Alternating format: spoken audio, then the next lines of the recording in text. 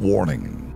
Our YouTube channel and its videos may contain scenes, language, and content that may not be appropriate for all audiences. These videos include surveillance footage, undercover pursuit of suspects, actual police and rescue operations, and fearless confrontations. If you do not approve of the content, please do not watch our videos. If you wish to continue, we strongly advise that you proceed with caution. Viewers' discretion is advised.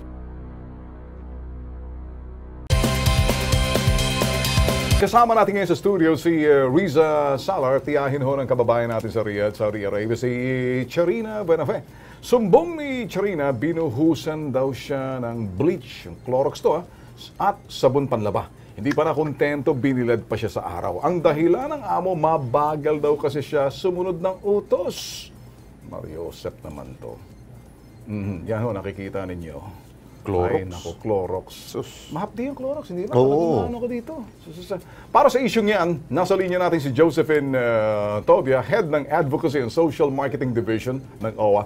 Ma'am, magandang gabi sa iyo, Ma'am Josephine. Magandang gabi po sa inyo. Okay, Ma'am, talagang suki na namin ho, talagang lalapit ho kami lagi sa inyo. Ma'am, ano? All the time po. Okay. Ma'am, ito ho yung ating kababayan ho sa Saudi Arabia, si Charina. Binuhusan ho ng Clorox at the same time, binilad sa araw, sabon panlaba. Ma'am, medyo hindi na ho tama. Anong nangyari sa kanya? Sunog-sunog ho yung kanya mga balat. Ganyan. Kaya nang lumapit na ho sa atin dito, pinakikita ho sa TV screen. Nagalit daw hong amo dahil mabagal daw ho, kaya binuhusan ng Clorox. Binilad pa sa araw, parang kinula. Binuhusan pa ng sabon. Sira ulo yan. Talagang sinabi niyo, ma'am, ito dito ho. Mama, mabilisan lang ho. Nandito ho yung kanyang tiyahin. Si Riza. Si Riza. Salar. Si Riza Salar, talagang inilapit na ho rito. At gusto ho, magagawa ho ba natin dito, ma'am, rescue, mabilisan kasi papakausap po namin sa yung tiyahin. Oo. Kung anong area ba to? Riza, alam mo ba? Sige. Andito ngayon yung tiyahin. Anong area daw yan sa Saudi? Nandun yata. Sa Riyadh.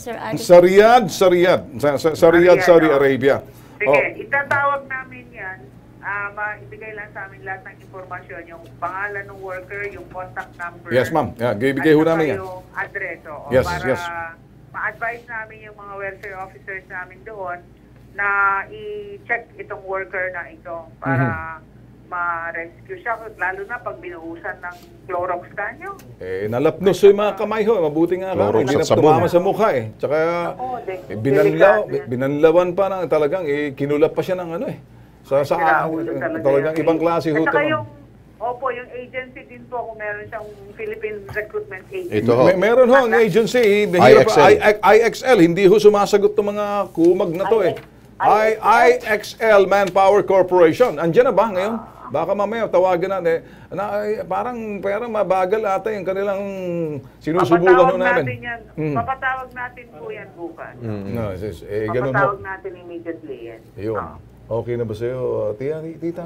Opo, parang kabadong si Riza, oo.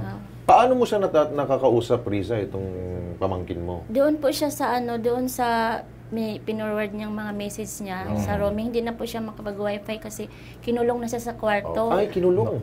Opo. Tapos ngayon, tatlong araw na siya nagkakasakit.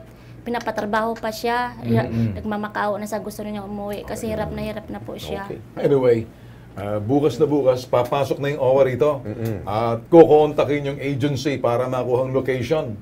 Madali lang naman para sa OWA dahil gobyerno rin tong PTB4. Gobyerno sa gobyerno. Yan ang lamang mo. Kung pag-uusapan na diretsahang rescue, magagawa yan. Yes. Hindi, kabado ka pa ba? Nakita mo lang si Alex, kinabahan ka na.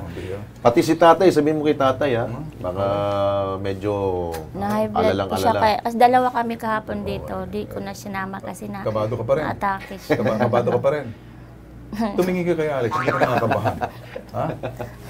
Ikaw naman, Ben Ayun. Nahiya siya. Okay na, sige. Okay, alam mo naman ho ang OWA, mabilis pong umaksyon po yan.